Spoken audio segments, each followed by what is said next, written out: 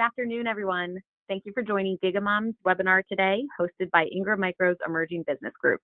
My name is Carleen Edge, Marketing Manager at EVG. Today's webinar will last approximately 45 minutes. In terms of general housekeeping, your lines have been muted for the duration of the webinar.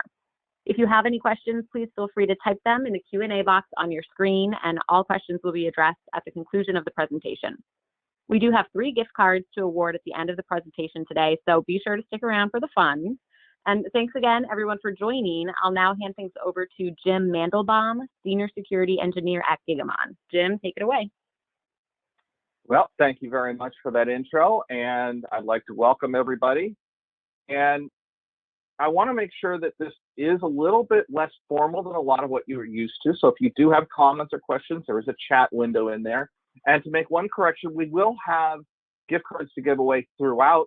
So we'll break it into 3 different times. So you'll have to answer it within the chat. So make sure you have the chat open. If you do have questions, again, type them in the chat. If it makes sense, I'll leave your question into the conversation.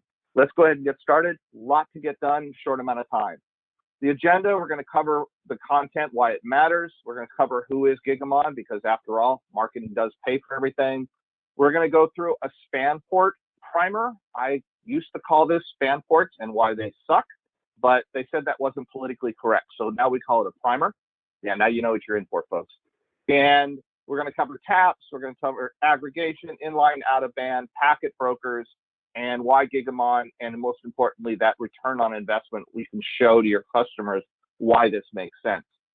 Now, this does have some technical content, but I'm going to try to keep it at a higher level. I'm going to try to keep it so that I know I have a lot of sales folks on here that shy away from the technical, and I know I have some technical people that will want to get deeper. I got to find that middle ground, so just bear with me on that. If there are questions you want to get deeper, please reach out. We'll be glad to get deeper. Now, I know that every single one of us have heard the digital journey, digital transformation, and like me, I am completely sick of it. Tired of hearing it. Every time I hear it, I tune out. Don't tune out on this, because there is a point to this. If you look at this report that Accenture did, and they do one every year, if you don't get it, I mean, a lot of us read the Verizon Data Breach Investigation Report. Accenture has a really good one.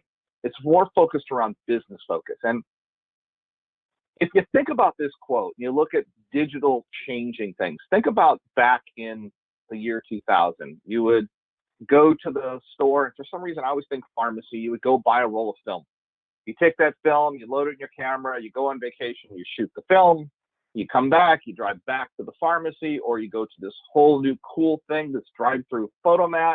Now, some of you are probably older, not old enough to remember this. Those of us that are will kind of identify. You drop off the film, you come back 3-5 days later, you get all excited, you open it up, and what you find is 24 pictures of your thumb. Now, I mean, it's reality. And then what happened? That digital journey, and I know it's an overused phrase, but the evolution, the normal evolution of things made that obsolete. The ability to recognize when you take a picture and play it back real in your digital camera and say, why was my finger there?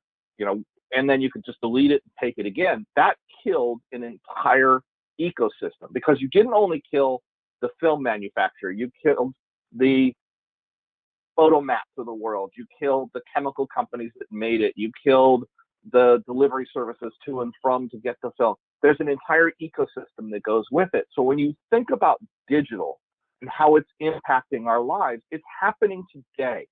It's changing the way that we do our networks. We don't deploy standalone servers anymore. Who does that? You deploy virtual servers. So you deploy hypervisors, VMware, Nutanix, OpenStack, because it's just a waste. It's the same thing. We're making that journey. We just don't realize it. And so it's important to understand it's evolve or die. And that's going to make sense when we go through this. Here's the marketing stuff. I got to explain who Gigamon is. We've been around since 2004. We have offices in 20 countries. I have no idea how many employees we have, just like the rest of you. We all work from home. So by the way, I expect a good dog bark or delivery person during this, that makes it real. And we have over 50 patents. We'll talk about a couple patents we have that are unique in our environment. And then we really don't have a vertical. We live in all the spaces. And to illustrate that, if you look at, where does Gigamon live? I don't need to read this slide, but any of you who deal with the federal, we're there, trust me. Anybody that deals with telco and the service provider space, we're there. If you're dealing with the Fortune 100, we're there. The cool thing about it is just because we're there doesn't mean there isn't additional opportunity, and there's lots of opportunity because of what we do. Let's kind of get into it. I know I'm going fast. I know you guys don't really care about the marketing stuff as much, but I only got 45 minutes, and this is a 60-minute presentation. So when we look at today's infrastructure, we no longer live in the castle wall. And not only do we not live in the castle walls, if I had gone to you in February and said, oh, by the way, you need to modify your architecture to make it completely accessible from the outside and anywhere else in the world, you would have looked and said, okay, give me 18 months and I'll work on it. No, you have 30 days to make it happen. You would have laughed. Unfortunately, that's where we are today. We no longer have the castle walls. We no longer have traditional single points of ingress egress. We have multiple points. We no longer live in standalone servers. We have virtualized everything. And the virtualization not only lives on-prem, but we have moved more and more to the cloud than we ever thought possible. That lift and shift has really, really taken off. The problem with the lift and shift in that virtualization is that we now have more security holes. We have a larger surface area for the bad guys to attack. So what happens is the networking team says, I need to protect my network. I need to make it stable. I need uptime. And the security team says, well, that's all well and good, but I need to connect all my tools because I've got to see everything. And it starts to look like this spaghetti on my screen. So going back, sorry, the end of a cold, so I may cough, but going back to that conversation that Accenture does these reports. They do an annual report every year, and they interview a lot of C-levels, and they ask them a lot of pain point questions. They ask them a lot of focus questions. And one of the things that surfaces every year, and it's getting worse, is not malware, I'm not even going to say the word, this pandemic. It's what's going on is really that their networks are too difficult. Whether we're talking physical, virtual, or on-prem, they're becoming too brittle. Outages are killing me. So I'm having to force my network teams to live to SLAs, which they've never had to live before. And my security teams and my networking teams are at odds because they really have two objectives that are completely opposite. A networking team has an SLA that says, I need to keep my network up this much time, 4 nines, 5 nines. Good luck with anything beyond that. But then the security team says, I need to protect all that. And, from a security guy, which I am, there's nothing more secure of a network than one that's unplugged. So, that in itself says we have problems. So if I'm a networking guy, I'm going to say, I don't want your tools touching my network. I'll feed you the data. If I'm a security guy, I need access to everything. So if you're going to feed me, you better feed me everything. So from Gigamon's perspective, our perspective is that's fine. Stop connecting your tools directly to your network. Take and connect all of your points, whether we're talking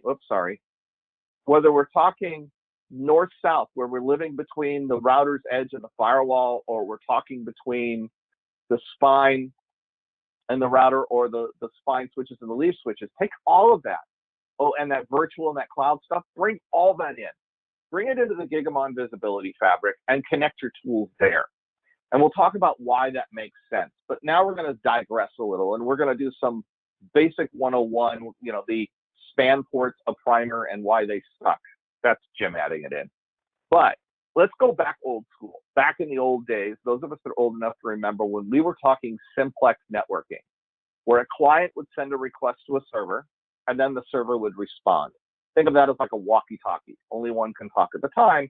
And we carry around these large luggables, these data general network sniffers. Now, those of you who are old like me are probably laughing right now because you remember having one of those luggables. And you'd go and you'd plug it into the hub and then eventually a switch, and you would be able to capture that traffic. And that's great because you would see all the traffic going out and all the traffic coming back. Well, then we've evolved, just like the cell phone world, full duplex. So now I've got packets going one direction, I've got packets coming the other direction at the same time. Wait, if I've still got my network sniffer, if I've still got my network tool sitting out there, and my network tool has a single connection out, but I've got traffic going in both directions at the same time, but only one going outbound, how in the world am I going to get all that traffic? I can't. It's going to drop packets. Now, we can get a lot more technical in why this makes sense, and some people say, well, my network is not saturated. You know what? That's fine. We can get into a debate on that. But the plain, simple truth is that span ports are done in software. Span ports are a background process. Span ports are designed, by design, to be a sampling process. From a security perspective, there's some problems there. Number one, we already know because of precedent that span data is not admissible in court. It's challengeable because it modifies timestamps. That's just part of the mirroring and spanning. It modifies the timestamp, which means it's not evidentially sound. So the chain of custody is broken. The other thing is that they all rely on a common ASIC, that's the silicone made inside, that has some limitations that when the network gets bursty, and TCP is bursty, it actually throttles the span port. So even though I may not ever saturate my bandwidth, it's still going to get throttled because of spikes. So how do we solve that? Well, the first thing we do is we say, look, I want all the traffic going in each direction. So let's create two paths. All the outbound traffic, that's transmit, comes down the transmit path. All the response traffic, that's the receive, comes down a receive path. That way we get 100%. It's done in hardware.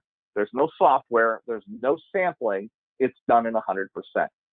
So if we go back to that diagram I said earlier, where we're tapping a whole bunch of different spots, and I'm bringing that into this platform, how in the world do I connect my tools up? Because if I just look at this diagram and say, okay, going out to the internet from the firewall, I've got two channels. And those two channels, if I connect two taps, we know that each tap is 2. So 2 times 2 is 4. Hey, I passed first grade. We know that I've got 4 links coming in. Well, if I'm running a tool, if I'm running a FireEye, if I'm running an ExtraHop or an Endace or a NetWitness, any of those kind of tools, they don't accept 4 input. I've got to figure out a way to get them into 1. So that's when you get into an aggregator. So an aggregator is just what it says. It aggregates all the data into one common piece. So if you look at an aggregator and you say, okay, well, what does that mean? So if I have those 4 feeds coming in and I have one tool, it allows me to take 4 of those data feeds into a single tool. All right, great. But what if I have 2 tools? How do I manage that? Well, an aggregator can see it once and use it many. So I can take those 4 feeds in, connect up. Let's say I've got 2 tools. Maybe I've got an IDS and I've got an advanced threat tool. I can have both of those tools receive all the data. So you see it once, use it many. I can put filters that says this tool sees this percentage of the traffic, this sees all the traffic. But the whole idea is you've got a one-to-many, many-to-one, many-to-many relationship within the aggregator, and it's all done at line speed. Now, what you're looking at here on screen is one of our models called a TA100. Those are alt 100 gig ports. Part of this is to educate you on, what does the stuff look like and how does it work and where's the value. But I always like to throw in some stuff that when I'm architecting, when I'm dealing with, these are my 2 favorites. The 2 aggregators I work with the most are the 25 and the 200.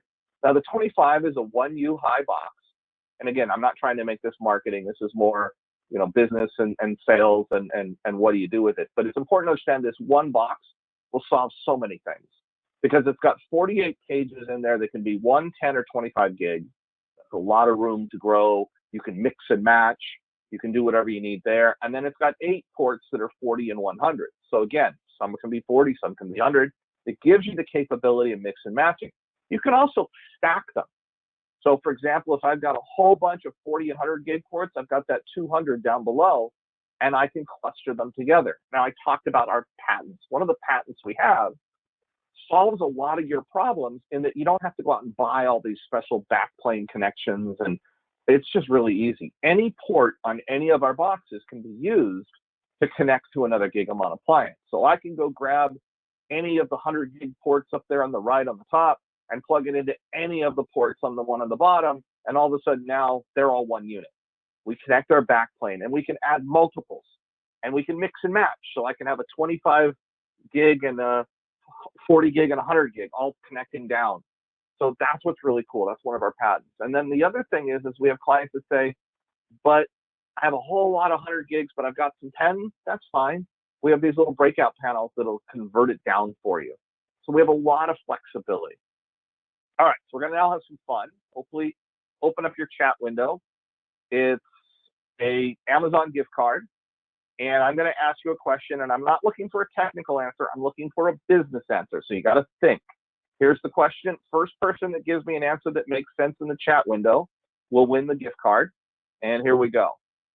So I'm looking for a business reason, not a technical reason, on why you would use a span versus a cap versus a span. Anybody want to play along? I haven't seen any responses yet.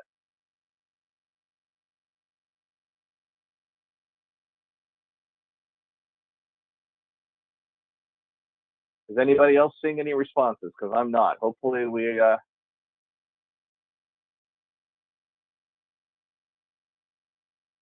no answers, no involvement. A lot of folks on here. Well, I'm not getting anybody playing along, so I'm going to go ahead and just move on. It may be just me. It looks like, Jim, sorry, it looks like it might be in the questions panel instead of the chat. Oh, okay. Let me open up the question. Let me open. Okay. All right. Okay. So let me see what we got. So the first one, oh, that one doesn't help me. It sees all the traffic. Okay, that sounds to me like a technical answer. Where's the business? Scalability. Don't quite know what I'm getting there. So I'm going to leave that open, and we'll come back to it if you guys want to put on your thinking hats and give me a business reason. So if I'm a CISO is not looking for a technical answer. A CISO is looking for, help me understand business-wise why this makes sense to me. A technical person will look for an answer like that. But give me something that makes sense from a business perspective, because I think that's less costly, probably not. Scalability. Okay, so court admissibility. All right, I'll give you that one. So Tom Hempler, I'll give you that one. So from a court perspective, if I am, so Tom, you're going to get the gift card. So that's important to understand is if I'm doing this because I am trying to protect my network and I'm going to take this as evidence and hand it off to somebody to escalate this, the full packets, the full session, 100% of it is now admissible in court and can actually be challenged and held up. And so the other answers I got, intrusion to the network flag and cost of downtime, absolutely, that's a good one. Saving money, my favorite, and I wish I'd seen this one, saving money on tools. You're right. We get the ability to put filters and send the right data to the right tool. Mark, that gets you an honorable mention, and I love that one. All right, let's go ahead and continue on, running out of time. All right, we're going to cover some other concepts. One of the things I hear a lot, especially from folks in the networking space, that security guys tend to get it, but the networking ones kind of lag on this one, is inline versus out of band. So if I've got a user trying to talk to a server, whether that server is on-prem or in the cloud, and the Gigamon fabric is sitting in the middle, if all I'm doing is making a copy and sending it to a tool so that they can do something with it and report on it, that's out of band. If I'm doing something with it, if I'm going to make decisions like an intrusion prevention or an advanced threat that is going to take actions like blocking the traffic or filtering the traffic, that's in line. And it's not really that complex, but it's, for a lot of times people have never had it explained to them. And so it really does make sense. So when we look at the concept of what a lot of people do today, I see this a lot. I see a lot of companies that they have their core switch, and in between their core switch and their next-gen firewall, or maybe even built into part of their next-gen firewall, they have an advanced threat tool, they have a web firewall, they have intrusion prevention. And what happens is if any one of these tools needs to be upgraded, needs to be modified, needs to be reconfigured, brought down, you bring the network down. Number one concern of a CISO is downtime. Brittle. Can't do it. What we say is be smarter. Connect the core directly to the firewall, but do it in an inline bypass mode. What does that mean? If you take that core switch and plug it directly into the Gigamon appliance, take a cable and plug it directly into the next gen, we are now a bump in the road. Now that's a protected bump. So if you walk over and you pull that blade out of the box, that network connection stays up. If you pull the power out of the back of the box, that connection stays up. So we've met the SLA concerns of the networking team, and they love that. They say, wait, I can give security their stuff without letting them touch my network? Yes, because what happens is we tell security, now connect your tools up to the Gigamon appliance and create virtual inline flows. So what happens is as soon as I create virtual inline flows, I can do things like load balancing. So I'll give you a real world example. In the diagram here, you've got two IPSs that are currently sitting in what's called a tool group. So they are sitting in a group and automatically load balance. Now, one of the questions I get is well, what if I've got a newer version or a more modern box, higher performance than a lower? It's great. It can be weighted. So we can send more to A and less to B, vice versa. But I got a call from a government agency that said, we only have a monthly change window. We found out that the IPS we're running has issues. We need to upgrade this immediately. I said, all right, so here's what you're going to do. First thing you're going to do is you're going to tell the help desk you're going to be working on your IPSs so that they're ready in case they get tickets, calls. What you're going to do is you're going to take one of the IPSs and remove them from the group. As soon as they removed it from the group, the primary IPS in this one started getting all the traffic. They upgraded the one that they took out of the group. They put it back in the group. It started splitting the traffic. They took the other one out of the group, upgraded that one, and put it back in the group. When they called me after they had done it, they said, this was really cool. It worked as expected. What was really cool was they didn't get a single support ticket. The help desk said they never saw anything, and the network group said they never saw any packet issues.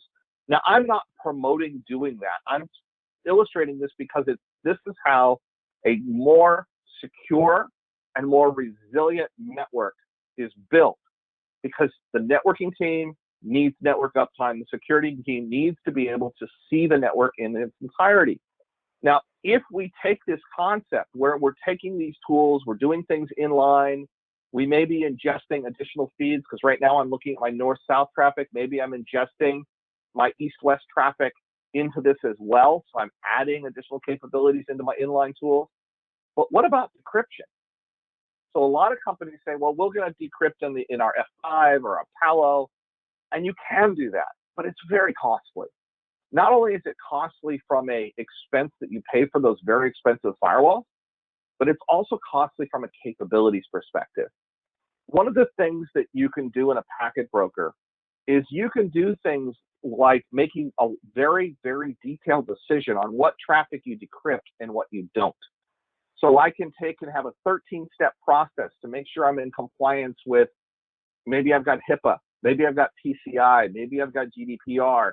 You name the different compliance that I have to meet. I maybe don't want to decrypt everything. And then when I do decrypt it, what tool sees it?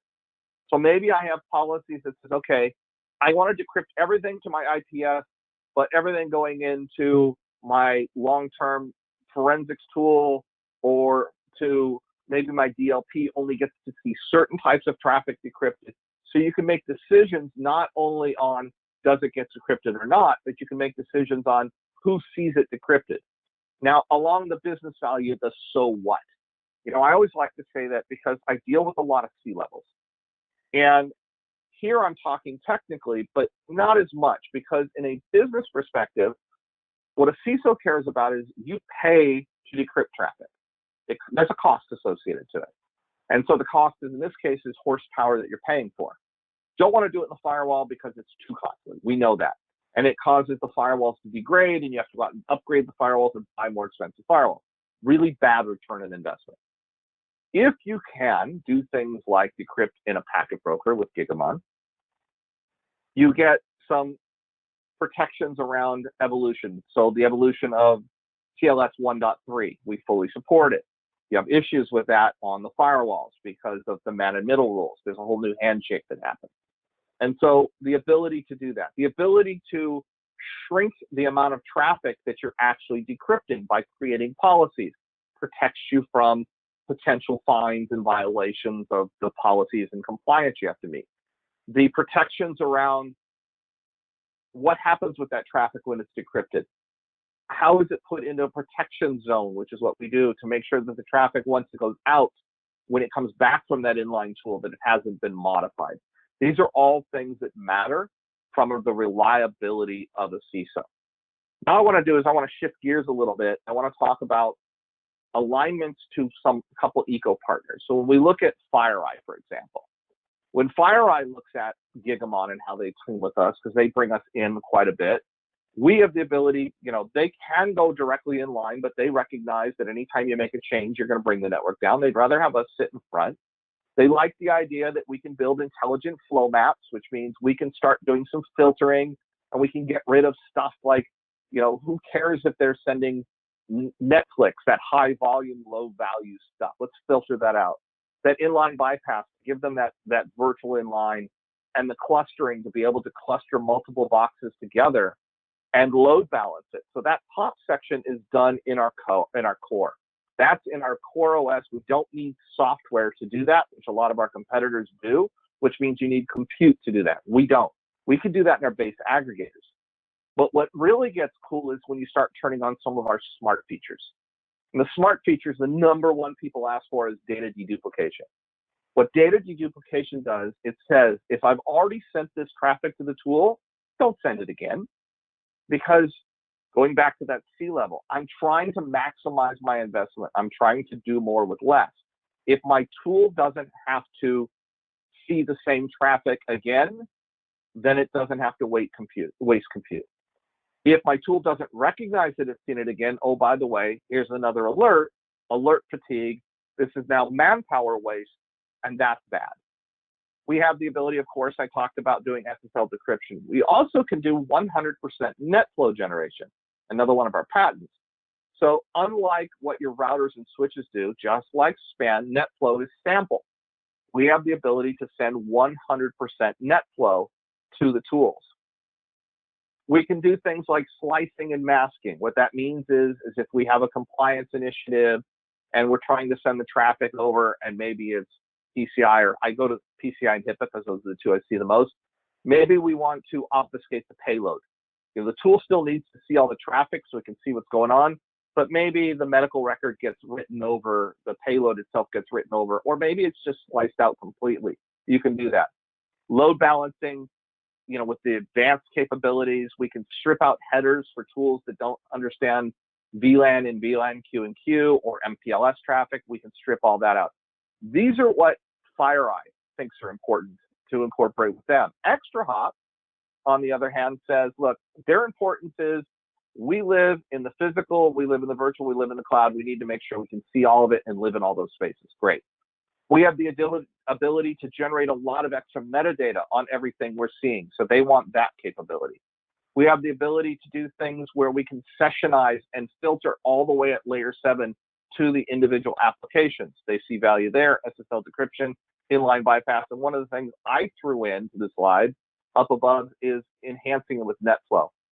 And the reason for that is if I'm sitting here with ExtraHop and I'm focused on, in between the router and the firewall, and I'm really focused on ingesting 100% of the traffic into ExtraHop on that north-south, but I'm taking and feeding in the out-of-band sort of lower down below, if I'm trying to follow the breadcrumbs and understand what really happened, to understand how bad it is, I need to be able to follow the breadcrumbs, and generating that net flow and feeding it ExtraHop really gives it that ability to answer the question, how bad is it?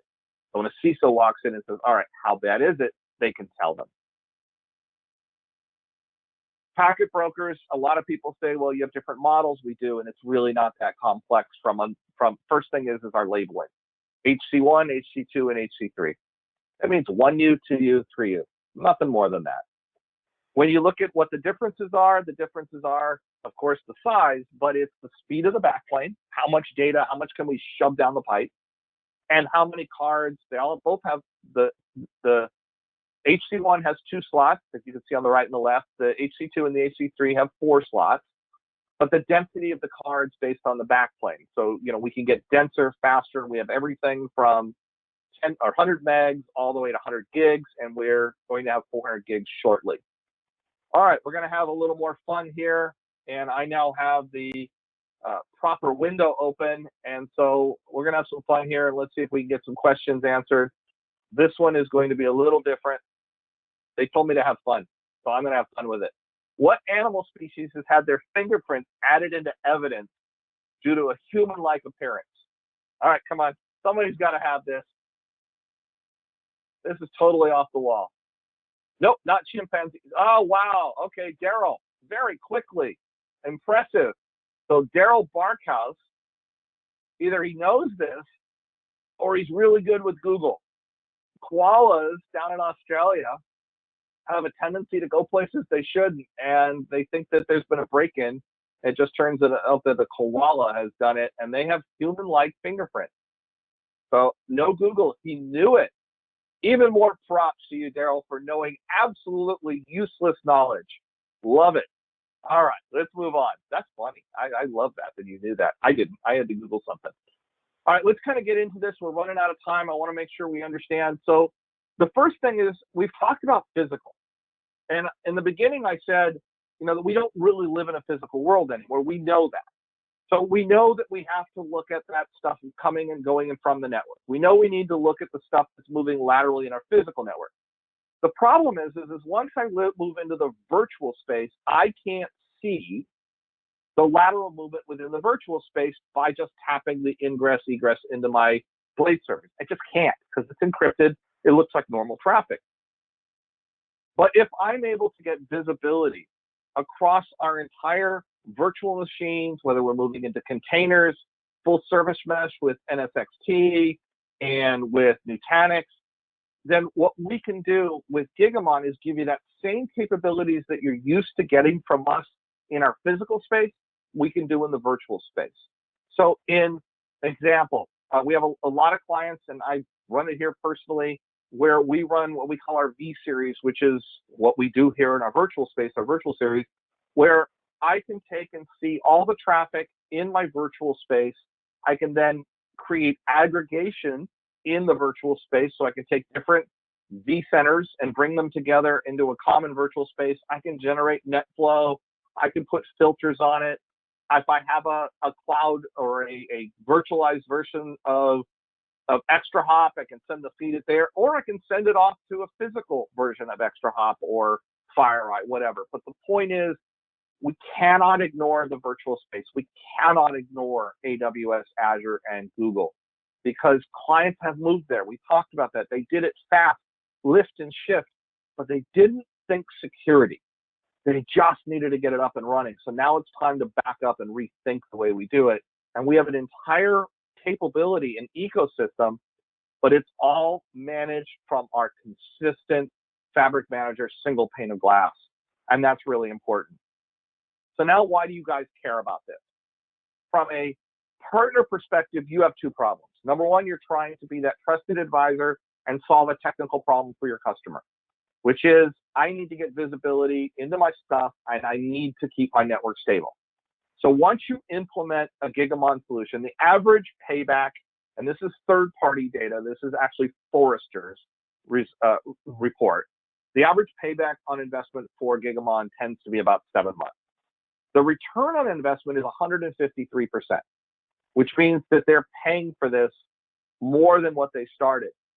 And it lowers their costs by about 50% on their security tools.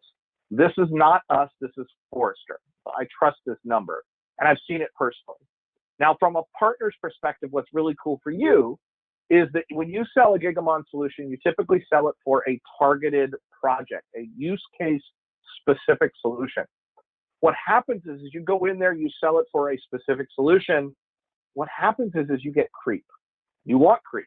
Because what happens is okay, we have ExtraHop, we have FireEye, we have whatever. We have VMware and we have no visibility into our ESX environment. Great, we can show you how we can get you that.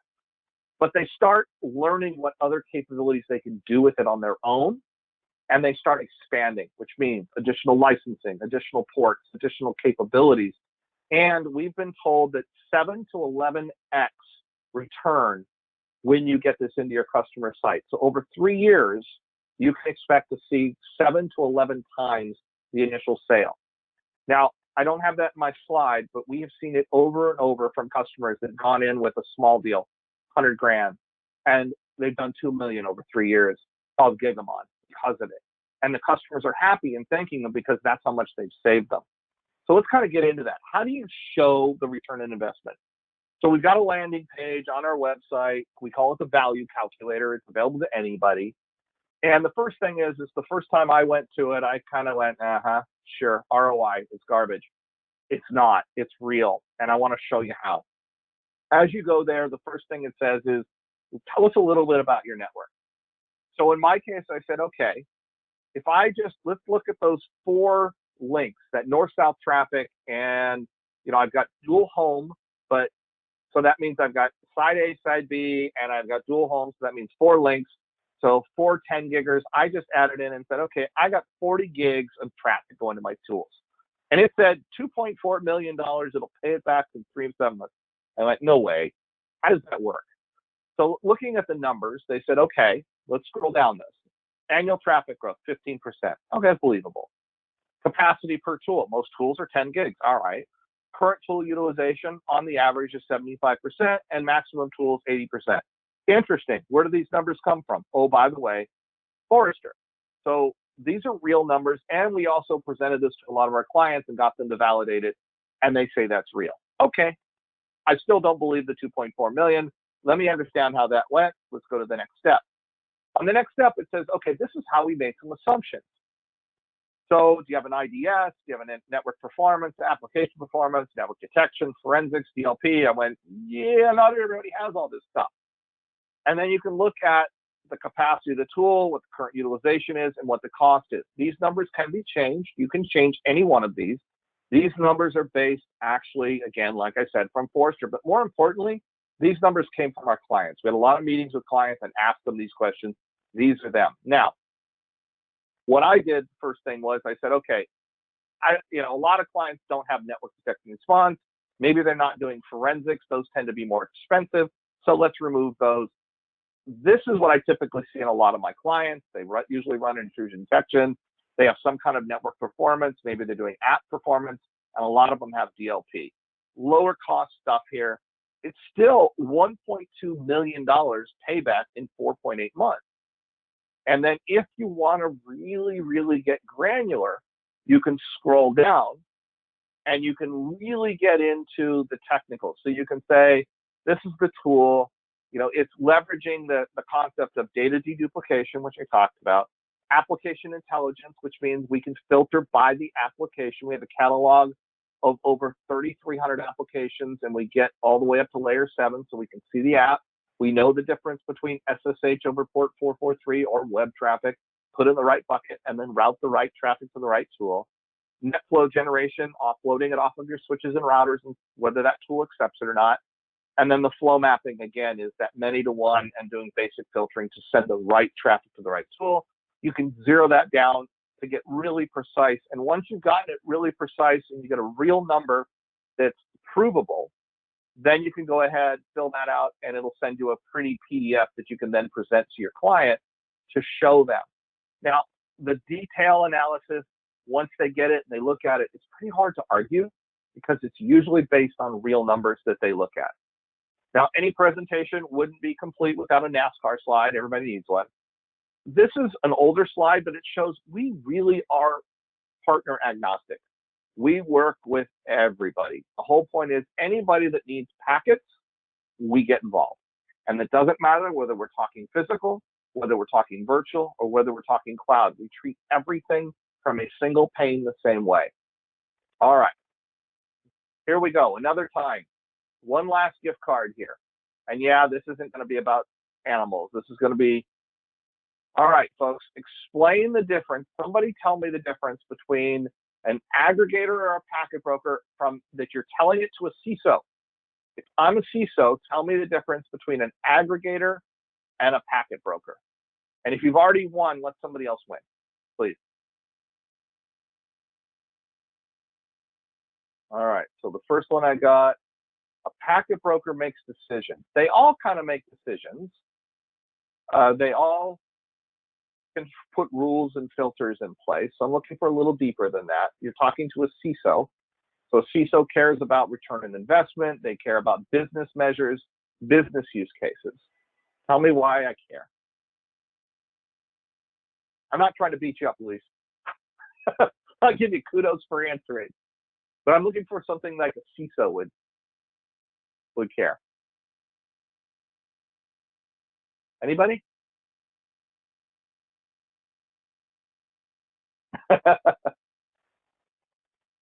Okay, so an aggregator takes all the traffic and sends it to the right place. Okay, that's true.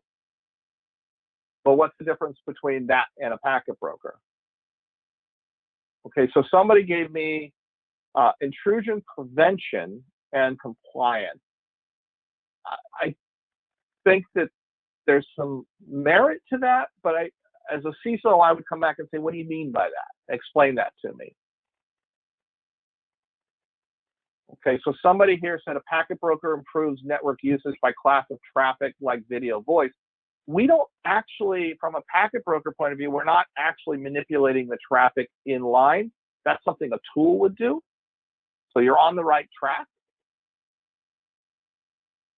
I'll give it one more minute, and then I know we're going to run out of time, and then I have to finish up. These are good answers, by the way, but if I'm a CISO, I want to know more. Tell me, I always say to a CISO, so what? Give me the so what. Why do I care? What makes me want to have that meeting with you? What's that quick, I had 10 seconds in an elevator with you, and you want to give me a pitch to make me want to invite you into my office so that we can talk business. Because that's really what we're trying to do, right? We're trying to get that business, get that. Okay, here's one I like. So Andrew says, sends the right traffic to the tool, eliminating tool sprawl. I'll go with that. Right traffic to the right tool to make the tool more effective.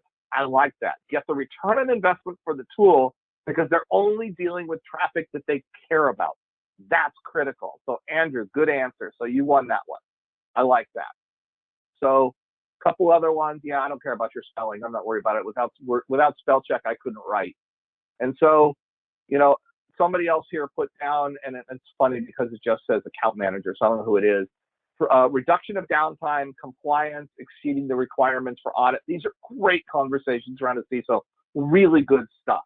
So yes, it's about making sure that the tool sees the right data. It's only getting stuff that it cares about, prolonging the life of the tool. It's about making sure that you meet your compliance audits, because anybody in a CISO world, they care about audits. They care about that they don't get penalties. An auditor is going to keep going until they find something, but I'd rather have a whole lot of yellows than reds on the list. So yeah, this is good stuff. All right, we're almost out of time, so let's kind of go. I want to thank you. If you guys have feedback, I welcome it. So I would also say follow me on Twitter. I'm a security guy, so I post things that are relevant around security. There is a community page called community.gigamon.com. There's over 10,000 members. I encourage you to join it. And there are a lot of discussions and groups and things that go on. Yes, it's a great technical resource. You can go there and post a technical question. You'll get answers from the community. But it's also a lot of business conversations, a lot of business value, a lot of, I'm running into this with this customer. How did you deal with that? So there's a whole partner community here as well. And so it really is a good place to join. I encourage you to join it. And so that's all I have. If you have any feedback, if you want to know more, you can reach out to me. You can reach out to anybody, your contact, of course, with Ingram. And I'm going to stop talking right now because I'm going to introduce Jimmy, and he is your Senior Business Development Executive. And Jimmy, do you want to come on and say a couple things? Yeah, I do, and I appreciate the opportunity to do that. Jim, I want to thank you on your presentation. It was very informative, engaging, and interactive, which is, you know, what's needed in a presentation format as such today. I'm a senior business development executive at Ingram. I'm very fortunate to be working with Gigamon. We're super excited about the relationship and the value that Gigamon is going to bring to our Ingram accounts. And you as an Ingram customer, we appreciate your business, your time and attention on today's webcast. If you have any desire to learn more about Gigamon and how we might be able to assist you in going to market in 2021, please reach out to me directly, and I can facilitate a next conversation with you directly. My email address is shared here. Very simple, jimmy.augustine@ingrammicro.com. And again, if you have any questions or any interest in talking to us about Gigamon and what it takes to become a Gigamon reseller, we'd love to entertain that conversation. Jim, that's all I had. Are there any questions for Jim before we conclude today's webcast? Any questions at all? You could use the chat facility or the question facility and go to webinar. Yeah, please do. If you have any questions, we have a few minutes left because we did really allocate this for an hour. So we have a few questions, a few minutes left. And one thing I do want to stress, so, you know, in working with Gigamon, understand that everybody always says this partner first. We are partner only. So we do everything with partners. And so that's really important, you know, to understand when you guys are looking at, you know, who do you partner with, who do you work with in your line cards, to understand that Gigamon is all about the partner. So partnering with Ingram and Gigamon, we're going to make sure you have success. So again, I'm not here to do the marketing thing, but it is important to understand that, you know, as you focus. So if anybody has any questions, feel free to put it in there.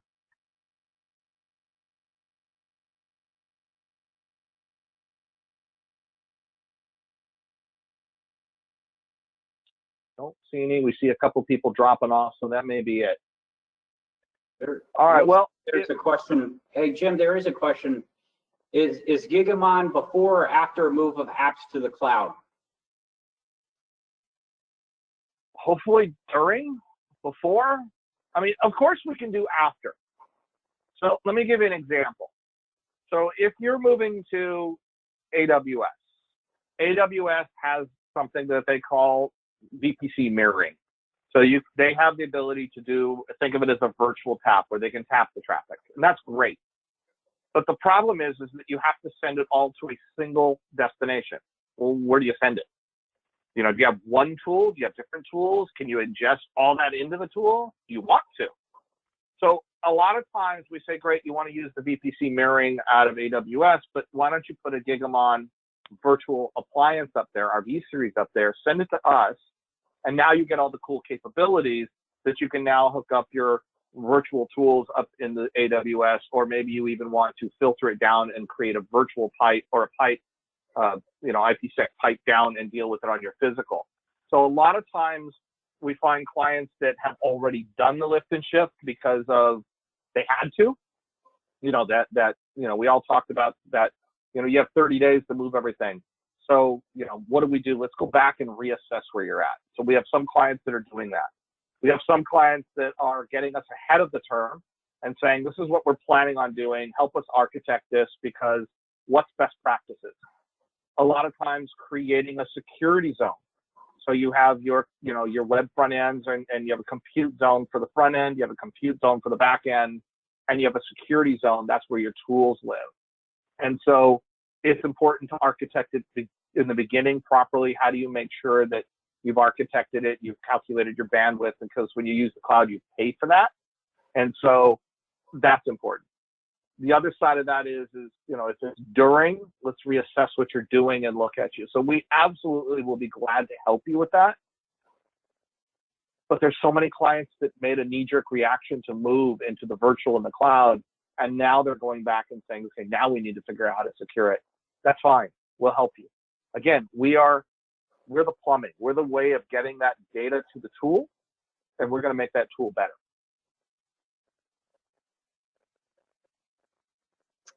One last call for any questions. It doesn't look like there's any more takers. Jim, thank you again for a phenomenal presentation. Great. Well, thank you, everybody. I appreciate it. I hope you guys have a great week.